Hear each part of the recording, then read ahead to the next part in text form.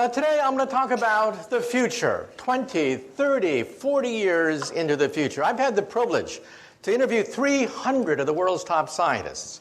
Now I'm a physicist. We're the ones who invented the laser. We invented the transistor. We created the electronic computer. We created television, radio, microwaves, MRI. We created the internet. We wrote the World Wide Web. And whenever we create something, we predict how our creation is going to proliferate through society. When we helped to invent the internet, one physicist made a prediction. He said that the internet will become a forum of high culture, high art, and high society. Well, today we know that 5% of the internet is pornography. But that's because teenage boys log on to the internet, not anyone here. Just wait till the grandmas and grandpas log on to the internet. Then 50% of the internet will be pornography. Let me also say that when I was just a little bit younger than you guys, I was fascinated by physics. For me, physics was the way to go. So when I was in high school, I went into my mom and I said, "Mom, can I have permission to build an atom smasher in the garage? A 2.3 million electron volt electron particle accelerator." And my mom looked at me and said, "Sure, why not? And don't forget to take out the garbage."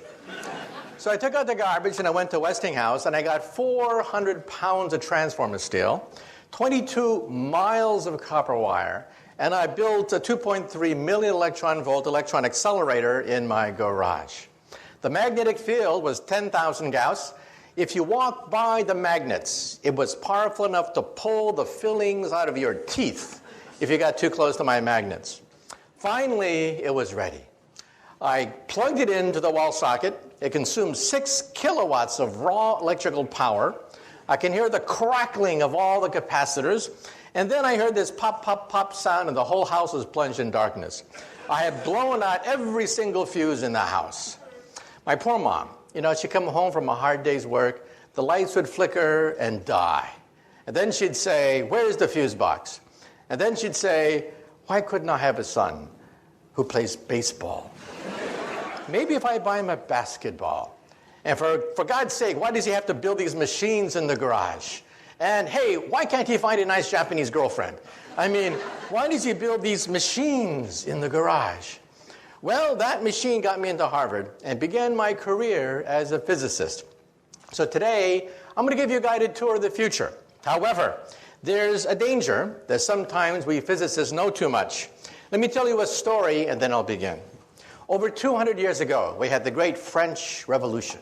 And one day, there were 3 gentlemen about to lose their head to the guillotine. There was a priest, a lawyer, and a theoretical physicist, just like me, about to have our heads cut off. Well, they put the priest's head on the chopping block. And they asked him, "Do you have any last words before we cut your priestly head off?"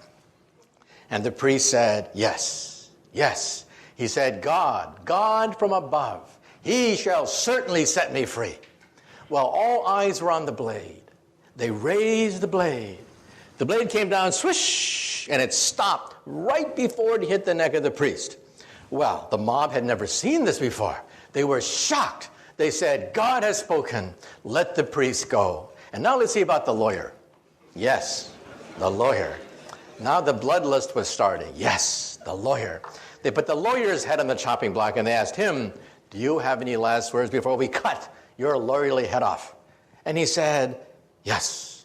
He said, "Maybe the spirit of justice. Yes, justice and mercy. She shall set me free." Well, they raised the blade. The blade came down, swish, and it stopped right before it hit the neck of the lawyer. Well, this time, the crowd went crazy. They said, "Let there be a national holiday. Today, God has spoken. Justice, mercy have spoken today." And now let's see about that theoretical physicist. Well, they put the physicist's head on the chopping block, and they asked him, "Do you have any last words before we cut your head off?" And he said, Yeah, I got some last words. And he said, "I don't know too much about God, and I know even less about the law, but I do know one thing. If you look up, you'll see that the rope is stuck on the pulley." And then he said, if you remove the rope, the blade should come down real good. Big mistake. Big mistake. Well, the rope came down, the blade came down, and the poor physicist's head came down. And the moral of the story is, sometimes we physicists have to know when to keep our mouths shut, okay? But nonetheless, let me give you a guided tour through the future. Because I've had a chance to interview over 300 of the world's top scientists. These are the people inventing the future. First of all, let me say that if you get cable television, you get the Science Channel. On the Science Channel, starting December 1st, as it was mentioned, my book, Physics of the Impossible, is going to be appearing as a weekly TV series that I'll be hosting. Watch for it December 1st, every week after that. They call it Sci-Fi Science, Physics of the Impossible. So let's talk about that. First of all, how do we scientists know what's going to happen 10, 20 years in the future? How can we be so confident? Well, first of all, this is Moore's Law. On a log chart, you see that computer power doubles every 18 months. Now, what does that mean? This means that when you get a birthday card in the mail, you open it up, and there's a chip in it. And the chip sings, "Happy birthday to you." Well, that chip has more computer power than all the Allied forces of 1945. Hitler, Eisenhower, Churchill would have killed to get that chip. And what do you do with that chip? You throw it away in the garbage. Or look at this chart. You'll see that way back in the 1960s, NASA had almost no computer power. Your cell phone today, one cell phone today, has more computer power, according to this chart, than all of NASA when they put 2 men on the moon. This means that if cars obeyed Moore's Law, cars today would cost 10 cents. This means that when you park the car, you wouldn't even bother to put a quarter in the meter. The meter costs more than the car. So you wouldn't have to just park the car and walk away from it. So what does this mean? This means that by 2020, computer chips will cost about a penny. That's the cost of scrap paper. So we now know the future of the computer. The future of the computer will be everywhere and nowhere, hidden in the walls, hidden in the fabric of our life, just like electricity is, everywhere and nowhere. And this is the internet. We wrote the World Wide Web. The World Wide Web was written by a physicist to keep track of subatomic particles. And you can see here that the internet corresponds to prosperity. Where there is the internet, there's prosperity, there's commerce, science, finance. Where there's no internet, there's poverty. So one thing that we physicists do is we create something and then we simply give it away for free. So how will you communicate with the internet in the future? These are glasses that have full internet capability. You can download any website, any movie, do emails from these things, and they will also recognize people's faces. How many times have you bumped into somebody on the street and you say to yourself, "Who is this person? Jim, John, Jake, I know this person." In the future, your glasses will say, "It's Jim, stupid, remember?" You met him last week. Do you want to see his entire biography for you in your glasses? And let's say you're at a cocktail party. You're looking for a job, and you don't know who the heavy hitters are. In the future, you will know exactly who to suck up to at any cocktail party. Well, let's say you don't want to look like a refugee from Star Trek. In the future, glasses will be fashionable with full internet capability. They can be flashed directly into the retina of your eye. They can be flashed right onto the screen of your glasses or used as like a jeweler's lens as an attachment to your glasses. Fashion models will be wearing these things. Young people will demand to have full internet capability, any video, any movie, any website, any music, downloaded via your glasses. Now you may say to yourself, wait a minute. Maybe I don't wear glasses. No problem. In the future, they'll be in your contact lenses. These are internet contact lenses that we physicists are trying to build. Imagine taking a final examination. Ha! immediately the light bulbs begin to flash, right?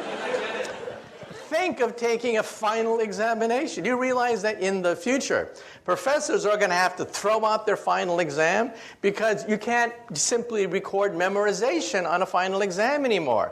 You'll have to convey concepts, principles, rather than memorizing the names of the crystals or the shapes of the minerals or whatever. Imagine full internet capability in your glasses. Well, we physicists are working on this even as we speak. Imagine, for example, going to a foreign country. You bump into somebody and they start to talk to you in a foreign language. No problem. In the future, you will see subtitles. Subtitles of a foreign language in your contact lens. And let's say you visit the ruins of Rome. It's such a big disappointment. You read about the great Roman Empire, and then you see all that's left, almost nothing left of the empire. You go to the Roman Forum, and you only use imagination, thinking of Julius Caesar and Mark Antony at the Roman Forum. No problem. Your contact lens will recreate the full animation of the height of the Roman Empire as you walk through the ruins. This is called augmented reality, not virtual reality, a mixture of reality with animation, with subtitles, with translations. Let's say you're driving a car. Your contact lens will give you exactly how fast you're moving, how much gas you have, and will even point out landmarks as you are driving. GPS, all of that, without ever having to leave the steering wheel of your car. So this is what happens with Moore's Law. That computer chips will cost a penny, like electricity. They'll be everywhere and nowhere. When you walk into a room today, what do? You look for the light switch, right? The first thing you do is you look for the light switch. You assume the walls have electricity, even though it's invisible. In the future, when you walk into the room, the first thing you will do is look for the internet portal. You will assume the room is intelligent. So this is your cell phone of the future. This is how you will communicate with others. One screen for any video, one screen for any website, one screen for any movie that's ever been done. You'll access the entire database of the planet Earth almost for free. And let's say you have a BlackBerry.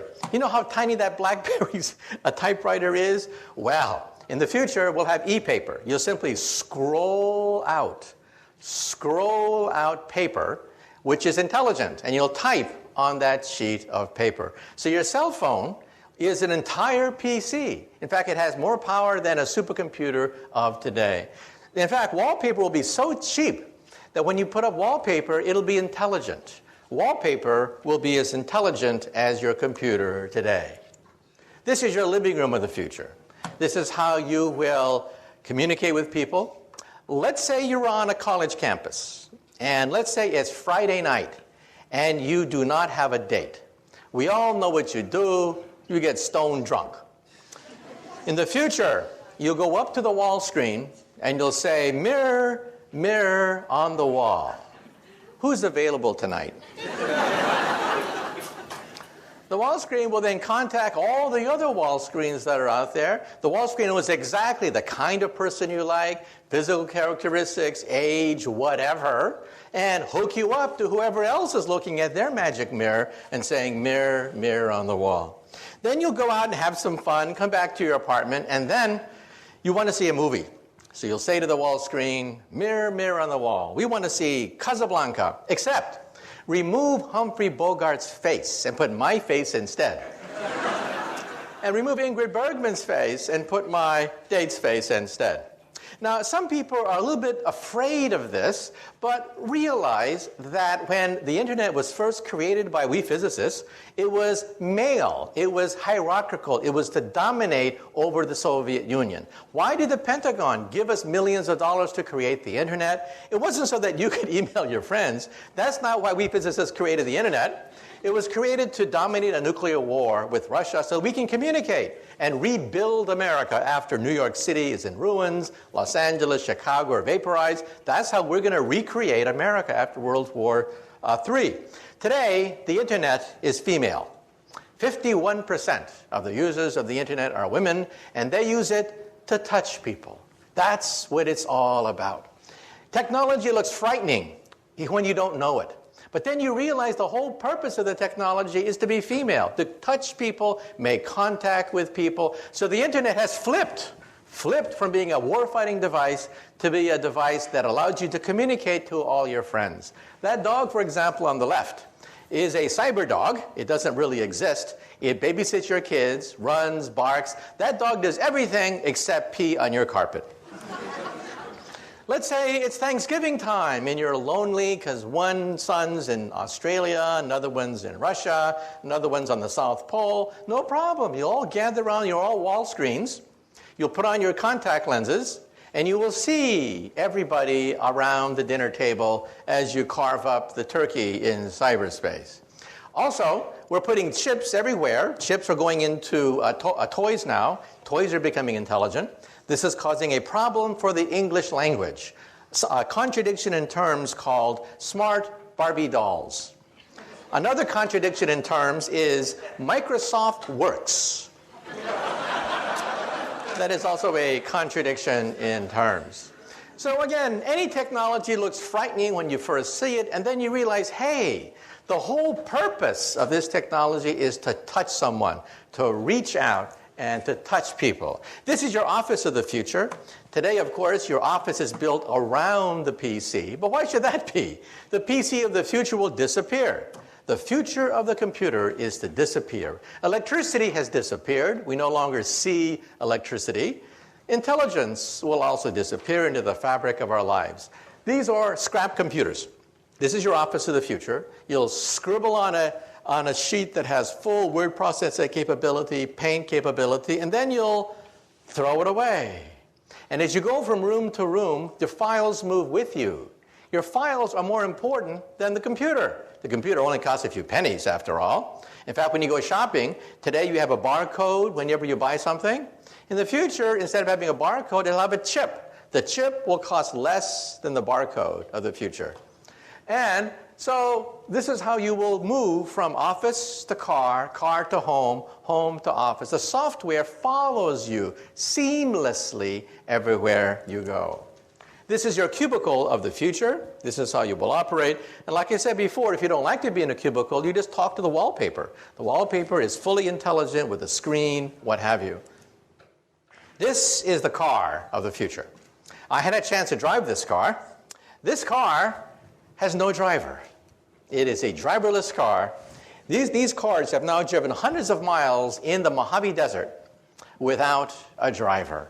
GPS is the secret to allow this car to drive. And for the Discovery Channel, they put me in the driver's seat. I started to drive the car, and then I went like this. Try to drive like this next time. This means that traffic accidents could disappear from the English language. Traffic jams, traffic accidents could disappear as the cars literally drive themselves. And let's talk about health. Health is going to be turned upside down. First of all, when you go to the doctor, your doctor will be in your toilet. You'll go to the doctor 3 times a day.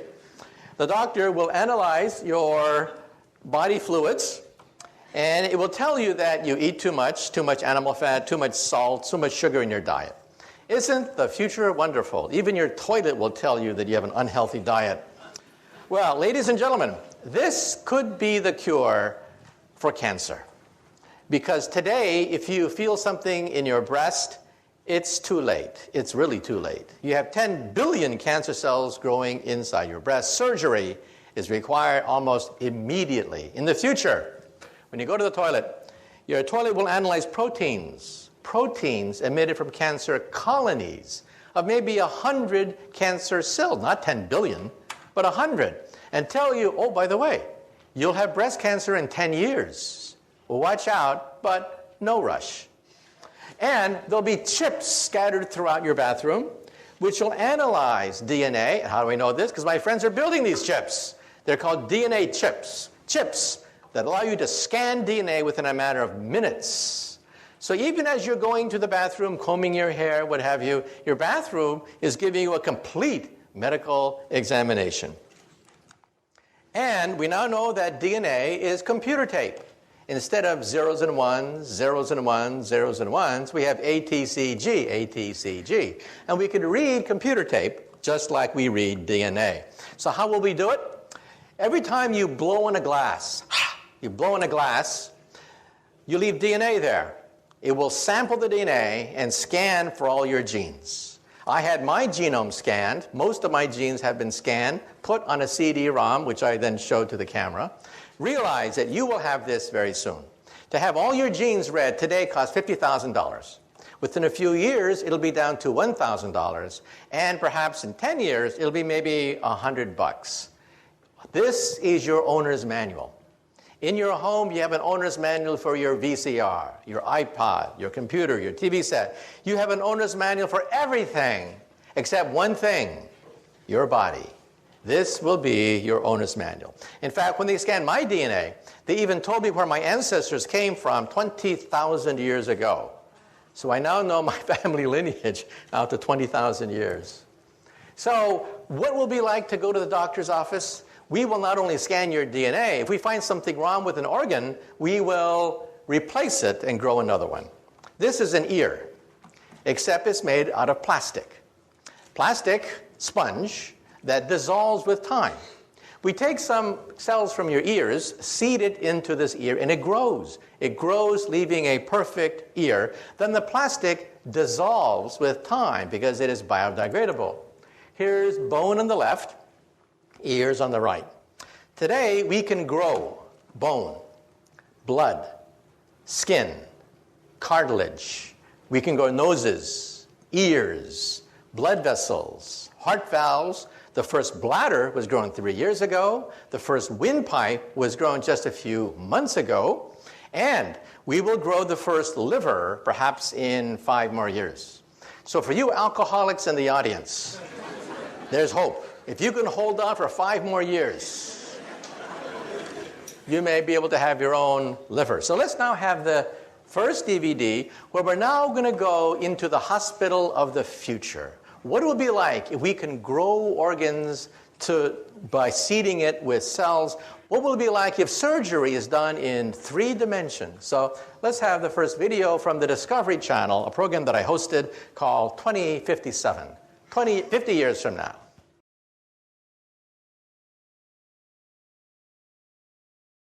So, as computer power doubles every 18 months, it means that every aspect of our life, finance, commerce, health, is going to be turned upside down as we begin to realize that computer power can enrich our lives. This is the world's first bladder, a human bladder that was grown from a young girl's own cells and implanted into that young woman. That was 3 years ago, a development at Wake Forest University where we taped changed history. And within 5 years, we hope to have the first pancreas, the first liver, perhaps even the first kidney. These are the frontier organs that are now being looked at to be grown in the laboratory. The first windpipe was grown just 3 months ago, and in mice, we actually grew an entire heart. An entire mouse heart was grown just last year. And how is it possible? Because computer power means that we can sequence genes, we can put doctors in touch with each other. It has accelerated medical advances. And now, let me say a few things about artificial intelligence. Well, one day, will we have robots, the robots that we see in science fiction? Well, this is Asimo. Asimo is the world's most advanced robot. Asimo can run, Asimo can walk, climb up stairs, Asimo can dance. In fact, Asimo can dance better than me. I had a chance to meet Asimo, and the question is, how smart is our most advanced robot? And can these robots even have emotions so that we can bond with them? Let's have now the second video, where we will now go to Tokyo. We're now going to go to Tokyo and meet the world's most advanced robot. And the question is, well, one day, will they become smarter than us? Well, one day they put us in zoos and throw peanuts at us and make us dance behind bars? Well, let's see. The question is, how smart are our robots? Well, one day, will they be smarter than us and put us in zoos? Well, first of all, here's the governor of California in a very bad mood. So, well, one day, will we have to deal with mad governors? Well, let's take a look at Asimo. You saw Asimo, the world's most advanced robot. How smart is Asimo? Well, let me tell you. Asimo is as smart as a cockroach, a retarded cockroach, a stupid, lobotomized, retarded cockroach.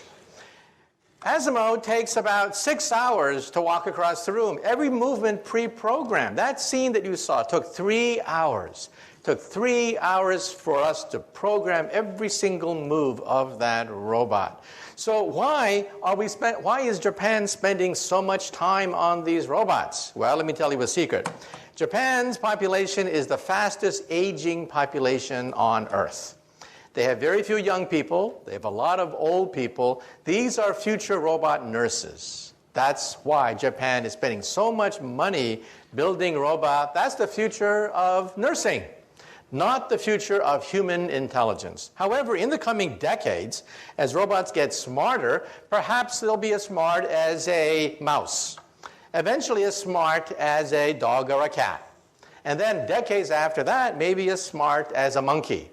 At that point, I think we should put a chip in their brain to shut them off if they start to get murderous thoughts. But that's not for a while. That's decades into the future. We'll have plenty of warning. Plenty of warning. And in fact, for the Science Channel special that I'm hosting on December 1st, we went to all the world's leading artificial intelligence laboratory. And you can see how primitive our robots really are. Well, let's say a few more things that we discuss in the Science Channel documentary. Invisibility. Believe it or not, we physicists believe that invisibility is possible. We flew down to Duke University, and we filmed the world's first microwave invisibility device. It'll make an object invisible to microwaves, and we went to Berkeley, where they can actually now do it for visible light. Now, there is a problem. If you are inside an invisibility cloak, you cannot see outside. It's only a one-way trip. Therefore, if you are inside the invisibility cloak, you need to punch 2 eyeballs so you can see outside. So from the outside, you see 2 floating eyeballs, or here, a floating head. So remember that metamaterials allows us to bend microwave radiations around an object, just like water flows around a boulder. If you were downstream from a boulder, you don't know that there is a boulder upstream. That works for microwaves, and at Berkeley and Caltech, on a microscopic scale, they showed that it works for visible light as well. So this means that in the coming years, coming decades, we may be able to attain full invisibility, just like you see in the movies, but we don't have it yet. Also, teleportation. Wouldn't it be great to simply zap yourself across the room, just like they do in Star Trek? Well, this is called quantum teleportation. And for the Science Channel TV series, we went down to Maryland, to the University of Maryland, where we actually photographed, with a TV camera, actually photographed an atom being zapped across the room. A TV screen lit up every time an atom was teleported from one chamber to the next chamber. Now, this, of course, creates problems, because if you're Captain Kirk, you have to die, you have to dissolve in the process of creating a copy of Captain Kirk over there. So who is that imposter over there? That imposter over there looks like Captain Kirk. He sells Priceline just like Captain Kirk, okay? So who is that person over there? You just saw him die, and there he is selling Priceline over there. It really makes you wonder, who are we? Are we just information? That information can be zapped from one place to another? And believe it or not, telepathy is coming faster than you think. We taped this again for the Science Channel special, 12 episodes, 30 minutes apiece, starting December 1st. Here's how it works. This is Brown University, where we have a stroke victim on the lower right. He is paralyzed. He cannot move. He cannot communicate with his loved ones. He is a quadriplegic, a stroke victim. On the upper left is a chip.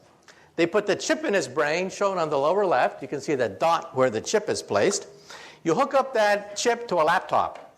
That person, who is now totally paralyzed, can now read emails, surf the web, answer emails, do crossword puzzles, do everything you can do on a computer, except this person happens to be paralyzed. This means that in the future, you may want to simply communicate with the web by thinking about it. We can also use this technology, by the way. This is how it works, by the way. He's allowed to see the laptop. You see the connection on the right, an electrode that connects to a laptop computer, the world's first direct link between the human mind and a computer. And also in Japan, they have very tediously mapped images of the brain onto an MRI scan and had a computer recognize them. We can actually see the outlines now, the decoded outlines of an object that you are looking at with your eyeballs. This means that when you are asleep and are dreaming, we may be able to photograph some of the dreams that you have. This has already been done at Kyoto University, not with dreams, but with a person looking at an object. A computer decodes the images on an MRI scan. We can now recognize, the first thing that was done was a horseshoe. You can actually see the horseshoe, the person's horseshoe that he's looking at via an MRI scan. But in the article, it says that the next target is dreams. Maybe one day we'll be able to record your dreams. This is how it looks like. You have to put this thing on top of your head, but in the future, it may be invisible. It may be painless and invisible, and you'll be able to surf the web all by yourself. Also, we should also point out that we can actually use this for a lie detector test. When you tell a lie, your brain scan lights up like a Christmas tree. That's because first, you have to know the truth. Second, you have to create the lie. Third, you have to create the cover-up of the lie. And fourth, you have to analyze the consistency of the cover-up with all the other lies you've been telling all these years. That's a lot of brain power. And you can actually see that on an MRI scan. Now let me say a few things about the far future. So far, everything I've talked about is the near future. We're talking about 10, 20, 50 years in the future. Now let's look even farther. We went to NASA, and we visited the scientists who dream of one day building a starship. This, of course, is far beyond anything we can muster with today's technology. However, we actually interviewed scientists who believe that it may be possible to bend the fabric of space and time so that we can leap forwards across enormous distances, perhaps using Einstein's theory. This is a black hole. Black holes are not science fiction anymore. We photograph the accretion disk of black holes. This black hole lies at the center of a gigantic galaxy, NGC 4258. That dot you see at the very center is about 1 light year across. In the inside of the dot is a raging black hole. In fact, if you want to see a black hole tonight, go outside, look in the direction of Sagittarius. That is the center of the Milky Way galaxy. There's a black hole there, which in some sense lies at the center of our galaxy. So kids ask the question, if the moon goes around the Earth goes around the sun, then what does the sun go around? Well, we know the answer to that. The sun goes around a black hole in the constellation Sagittarius at the center of the Milky Way galaxy. Now, if you look at that black hole, it's rather disappointing. Dust clouds obscure the galactic nuclei. If you could somehow remove the dust clouds, then you would see a fireball rise every night, perhaps rivaling the moon in brightness, with a raging black hole at the center. Unfortunately, dust clouds prevent us from seeing this huge fireball that by rights should be illuminating the night sky. And if you have wormholes, perhaps one day you may be able to even bend the fabric of time itself. This, of course, takes us into science fiction, but actually we do have a theory of time travel. Now, some of you may say to yourself, well, I've seen these time travel movies. I know what happens if you go backwards in time and meet your teenage mother before you're born, and your teenage mother falls in love with you. Well, you're in deep doo-doo if your teenage mother just fell in love with you before you are born. Now, if you think you're so smart, Let me give you the mother of all time travel stories and see whether you can figure this out. Let's see whether you're smart enough to figure this one out. The year is 1945. A stranger comes in from the darkness carrying a baby girl that he leaves at an orphanage. Well, the nuns find this baby girl. They don't know where the baby girl came from, so the nuns call her Jane. And Jane grows up as an orphan, wondering, who is my mother? Who is my father? Well, when Jane is 17 years old, she's a beautiful young woman, and then she has her first boyfriend. A drifter comes drifting into her life, but it was not meant to be. They quarrel. She argues with her boyfriend, and it's a very sad story. First, she finds out that she's pregnant. Her boyfriend has left her. She's abandoned and pregnant. She's rushed to the hospital 9 months later. She delivers a beautiful baby girl, but somebody that night breaks open the window of the hospital, kidnaps Jane's baby girl, and leaves in the darkness. Well, it's even worse than this. Jane is bleeding very rapidly. She's going to die. The doctors have to perform an emergency experimental operation. They have to change Jane into Jim. Well, Jim wakes up the next day with this huge headache, and he's told the bad news. First, the boyfriend left her pregnant, somebody stole her baby, and now she's not even Jane anymore. She's Jim. Well, Jim grows up and becomes a barroom drunk. Every time someone says, "Who are you, Jim? Where did you come from? Who was your mother or your father?" Well, finally, Jim one day is once again stone drunk at the bottom of a bar after a bar fight. But the bartender comes up to him and says, Jim, wake up. You see, I'm not really a bartender. I'm a time traveler. Come into my machine and let us find out who is this Jim/Jane. So they go back, way back into the past. So poor Jim, he doesn't quite know where he is in the past. But suddenly, he meets this beautiful 17-year-old girl. And it's love at first sight. But you know, it was not meant to be. They quarrel. And then Jim finds out that his girlfriend is pregnant. And then Jim says to himself, oh my God, history is repeating itself. This happened to me. Well, I'm going to make sure that my baby gets the best education possible. That night, 9 months later, Jim goes to the hospital, breaks open the window, kidnaps his own precious baby girl. And then Jim and his baby girl go back into the time machine. Again, back, way back into the past, until it is 1945. It is a dark and stormy night. Jim comes in from the darkness carrying his precious baby girl that he drops off at an orphanage. Well, the nuns don't know what to do with this baby girl they find the next day, so the nuns call her Jane. And Jane grows up wondering, who is my mother?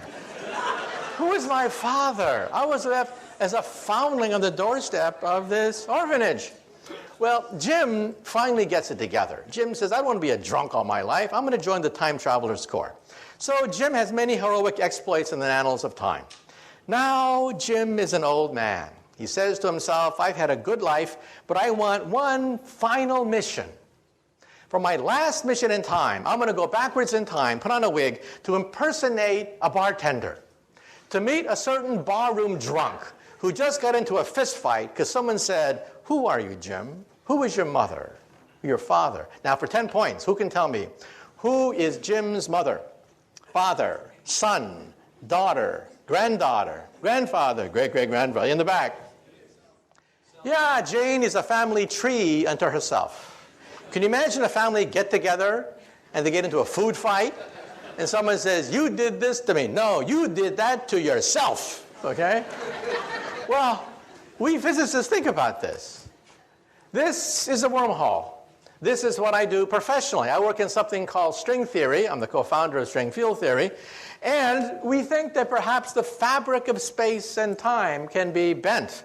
In which case, perhaps you just may be able to go backwards in time. However, the energy necessary for this is the energy of a black hole. So this is not for us anytime soon. However, 150 years ago, there was a gentleman in England, a mathematician at Oxford University, who wrote the first book on wormholes. Who was this professor of mathematics at Oxford University? Does anyone know the name of this Oxford University professor? His name was Professor Charles Dodson. He could not write under his real name because he was an Oxford professor. So what did he create? A pseudonym, Lewis Carroll. This is the world's first representation of a wormhole in the English language, written by a distinguished professor of mathematics at Oxford University who wrote under a pen name, Lewis Carroll. In fact, Queen Victoria was so enchanted by Alice in Wonderland that she wrote Professor Dodgson a letter. Queen Victoria said, please, please, please, give me your next book, which he did. It was a treatise on higher mathematics that he sent to Queen Victoria, okay? So now let's say a few things. Some people say that, well, if this is for the future, let's talk about the future, far future. When we physicists look in outer space, we don't look for little green men. When we look in outer space, we look for type 1, type 2, and type 3 civilizations. A type 1 civilization has the power of an entire planet. They are a planetary civilization. They harness the weather. They can play with thunderstorms. They play with hurricanes and volcanoes. That's type 1. Type 2 is stellar. They consume the power of a star, like the Federation of Planets on Star Trek. Star Trek would be a very typical type 2 civilization. Type 3 controls the power of an entire galaxy, like the Empire of Empire Strikes Back. Once they had William Shatner on StarTrek.com, and he was answering all the questions of the Trekkies. The Trekkies would ask William Shatner questions like, what is the fourth dimension? What is antimatter? What is a black hole? And William Shatner was getting more and more frustrated. The people at StarTrek.com said, finally, he got so frustrated, he pounded on the desk, and he said, damn it, I'm an actor. I know nothing about Star Trek. About the fourth dimension, antimatter. Get a physicist. Ask me about Priceline. Anything. So they had me on later, and I had to answer all the questions of a Trekkie. Well, Star Trek is a type 2 civilization. They can barely harness the power of a star. This is type 1. A type 1 civilization is planetary. In about 100 years, we will be a type 1 civilization. What are we today?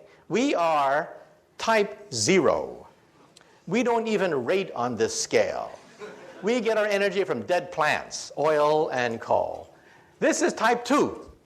Type 2 is stellar. They control the power of a star. They are immortal. Nothing known to science can destroy a type 2 civilization. Even if their mother's star goes supernova, they can simply leave or just move the planet. And this is type 3, where they can actually play with black holes. I once gave this talk in London at the planetarium there, and a little boy comes up to me, about, age 10, real pest. He comes up to me and he yanks on my pants, and he says, Professor, you're wrong. There's type 4. And then I looked down on this little 10-year-old boy, and I said to him, shut up, kid. Why don't you go play in traffic? There's a nice intersection over there. And he wouldn't go away. He just kept yanking on my pants, and he said, Professor, you're wrong. There's type 4. And I said, look, kid, there are planets, stars, and galaxies. That's it. So any advanced civilization would have to be planetary, stellar, or galactic. And he insisted, you're wrong. There's the power of the continuum. Now, any Star Trek fans out there? What civilization harnesses the power of the continuum? The cube. Very good. Now, if you did not understand what just transpired, get with the program. Get with the program, okay? It's on every Tuesday night. Get with the program, for God's sake, okay? So one day, will we be able to harness this fantastic power, the power of the 11th dimension? This is my domain. This is what I work on. I work on string theory. We're going to begin to test the string theory starting next month. Watch for it. End of November, beginning December, they're going to crank up the biggest machine of science ever created, the Large Hadron Collider. And we're going to be able to test the periphery of this theory starting next month outside Geneva, Switzerland. It'll take years, of course, to analyze the data. However, let me also say that when we look at the Earth from outer space, we see that the Earth sits in this gigantic bubble. You see, our Earth also radiates. We radiate radio and television for 50 years. Surrounding the Earth, there is a sphere 50 light years in radius, expanding at the speed of television, containing our finest cultural archives, the noblest achievements of the human creative spirit, like I Love Lucy, Leave It to Beaver, and now joined by the immortal classics, Beavis and Butthead, Part 2, and Dumb and Dumber, Part 2. And any star within 50 light years of the Earth will pick up our cultural emissions, and they'll be convinced there is no intelligent life on the Earth. So anyway, let me now wind up.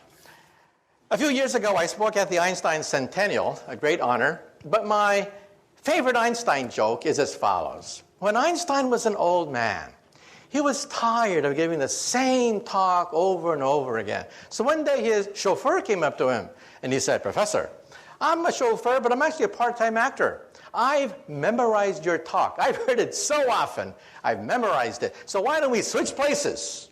I will put on a mustache and a wig, and I'll be the great Einstein, and you can be my chauffeur and take a break." Well, Einstein loved the joke, so they switched places. So the chauffeur gave these talks all over the world, these fantastic talks with all the theatrical flourishes. Well, one day, a mathematician in the back asked a very difficult question. And then Einstein thought, oh, the game is up. But then the chauffeur said, "That question is so elementary that even my chauffeur here can answer it for you." Okay, thank you very much. Thank you very much. It's been a great audience. Thank you. Thank you. Oh, yeah, thank you, question. Yeah. A few questions.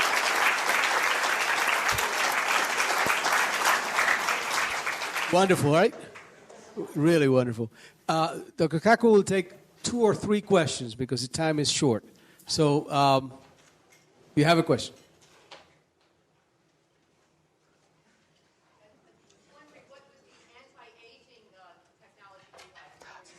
Okay. Let me say 2 things. I have a whole chapter in my book, Visions, about the aging process. First of all, if you go to a drugstore, you see all this advertisement, anti-aging this, take 10 years off your face, 10 years that. How can the FDA allow all these fraudulent claims to being made? So I actually interviewed an FDA official. He said, the Food and Drug Administration can only monitor things that penetrate the skin. Medicines that penetrate the skin. Anything that does not penetrate the skin, they cannot monitor. But then, if it doesn't penetrate the skin, it doesn't work. So in other words, you can only lie through your teeth as long as it doesn't work. Let me repeat that again. According to federal law, you can make any statement you want about take life, take 10 years off your face, whatever, anything you want, as long as it doesn't penetrate the skin, as long as it doesn't work. Now, let me tell you the science. We went to MIT and we interviewed the discoverer of a rather important gene that's creating headlines. Oprah Winfrey devoted a show to it, 60 Minutes devoted to a show to it. It's called SIR2. It is a gene and a protein that seems to mimic caloric restriction. Now, there is one and only one way of multiplying the lifespan of an organism, all the way from yeast cells, spiders, insects, mice, rabbits, dogs, cats, monkeys were analyzed, and the results came out front page of the New York Times about 2 months ago. If you starve yourself and consume 30% less calories, you live 30% longer. Now, how many of us want to starve ourselves? But the genetic mechanism of that is gradually being worked out. It turns out that the human body, or any organism, has 2 choices. One is, if you undergo famine, you have to hunker down, eat less, lower metabolism, and just ride out the famine. The other one is consume all you want and have children. So a body has 2 choices. Animals mostly suffer famine. Famine is a normal state of most animals. So animals do this all the time. They hunker down, eat less, reduce metabolism, and ride out the period of famine until they can gorge themselves and have children. Well, you found the gene, SIR2, which actually mimics that behavior without having to starve yourself. Now, is it the fountain of youth? I interviewed the guy who discovered it, and he said, no. Don't believe the hype. However, he said, once we do find the fountain of youth, it may be part of it. So the point I'm raising is we're now working out the genetics of the aging process. Did you know, for example, that some animals don't die? Crocodiles, alligators, flounders, they just keep getting larger. They don't die at all. They're just as vigorous at 70 as they are at 5. So how come your textbook says that crocodiles die at age 70?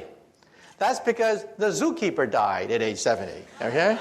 Crocodiles just keep on going. They have no known finite lifespan. They simply get bigger. So in the animal kingdom, it's not necessary to die or age. They just keep getting bigger. That's why you don't see gigantic crocodiles, is because they die of starvation, accidents, or disease. But they have no finite lifespan. So it's not necessary to die. They're just as vigorous with no aging. So the short thing of it is, A, it's still a long ways to go. However, B, we scientists are now seriously looking at the possibility of retarding the aging process. We do not, I repeat, not have the fountain of youth. However, as one scientist said, I regret the fact that my generation may be the last generation to die. Well, I think that's an exaggeration. I think people will be dying for quite a while into the future. But it does mean that real progress is being made in the aging process, which is something I could not have said a few years ago. How about you? Your desire to prove Einstein's theory correct. How close are you? Well, we want to go beyond Einstein, because Einstein's theory breaks down at the center of a black hole and at the instant of creation. Einstein's theory makes no sense whatsoever. We need a higher theory. The only higher theory which includes the quantum theory and Einstein's theory is string theory. It is the only game in town. Some people say, well, if I don't like string theory, give me an alternative. And the answer is, there is none. It is the only game in town. You either work on string theory or you just work in the wilderness. So next month, we're going to begin to crank up the Large Hadron Collider. Now, the Large Hadron Collider will not eat up the Earth, as some people claim, because every day, cosmic rays from Mother Nature, rains radiation on the Earth more powerful than anything we can create with this pea shooter called the Large Hadron Collider. So we're going to begin to test the periphery of the theory. The theory itself is too difficult to test directly, but we hope to find indirect proofs by looking for what are called sparticles. Sparticles are superparticles, a new class of particles that we hope to create with the Large Hadron Collider. And again, it'll take a few years to analyze the data, but the machine will be cranked up next month. By the way, I just spoke in Texas last month, and the people in Texas know that they had the Super Collider to be built outside Dallas, Texas. The Super Collider was to be 3 times bigger than the Switzerland machine. So how come it's not based in the United States? How come we have this brain drain to Switzerland? Well, it's because in 1993, there were cost overruns on the Super Collider, and in the last day of hearings, a congressman asked a physicist in the last day of hearings, quote, "Will we find God with your machine?" On the last day of hearings. Everything hinged on this one answer. So the poor professor of physics said, "We will find the Higgs boson." At that point, you could hear all the jaws hit the floor of Congress. $11 billion for another goddamn subatomic particle. The vote was taken the next day, and our machine was canceled. And that's why we have this brain drain to Switzerland right now. Since then, we physicists have been replaying that question over and over and over again in our minds. How should we have answered that question? Well, I would have said this. I would have said God, by whatever signs or symbols you ascribe to the deity. This machine will take us as humanly possible to his or her greatest creation, Genesis. This is a Genesis machine. It'll recreate on a tiny scale the most momentous event in the history of our universe, its birth. Instead, we said Higgs boson, and our machine was canceled. I should hope that the next time we get asked that question, we think about the answer a little bit more. Okay, one last question. Last question. About right there. I'm curious about ethics, and I wonder if, you seem like a really smart person, but some of that technology you described at the beginning in the hands of some not so intelligent people seems like you could set up a big brother situation very quickly, like the doctor in my toilet. Okay, first of all, when people ask about 1984, I had a chance to go back to 1984, rereading it again when I was writing my book, Visions. And I realized something. The internet could have been a device like what happened in 1984. A device which monitors everything, knows everything. However, an event happened, and that is the Soviet Union broke up. The internet was a war-fighting machine. Secret, for the most part, devised by military scientists, used by physicists like myself. But after the breakup of the Soviet Union, the National Science Foundation did something rather momentous. They gave it away for free. For free, they gave it away. Today, it is impossible to recreate 1984 because the internet is everywhere. If the President of the United States were to try to ban the internet, the reaction would be laughter. People would just laugh at him. It's unstoppable. So I think 1984 is not possible. However, there was another book written around that time. And that other book was called Brave New World by Aldous Huxley. That's a book that we really do have to worry about. Because in that book was set 600 years in the future. In that book, they have cloning. In that book, they have drugs everywhere. In that book, they have the stratification of the human species. In that book, well, we have about 80% of that book today. Forget 600 years in the future. Welcome to the Brave New World. So we do have to worry about some of the ethical questions raised in Brave New World. But as far as the problem of computers, the problem is not Big Brother. The problem is Little Brother. Every nosy busybody can get on the internet and finds all sorts of information on you. And in the future, if someone wants to find out about who you are, they'll go to your barbershop and get some of your hair follicles and sequence your entire genome. This means that the National Enquirer, instead of getting photographs of Brad Pitt, will have his entire genome read by getting some of his, his hair, and it's going to create a huge problem of genetic privacy. Today, if you have a matchmaker, one of the principal purposes of a matchmaker is to look for hidden diseases inside your family tree. Well, in the future, all a matchmaker has to do is go to your barbershop and can find all sorts of genetic diseases inside your family tree. So genetic privacy is going to be a problem because DNA sequencing is so advanced, and it only costs a few $100 to analyze every single gene in your body. Okay, well, thank you very much. Thank you very much. It's been a great crowd. Thank you. Thank you.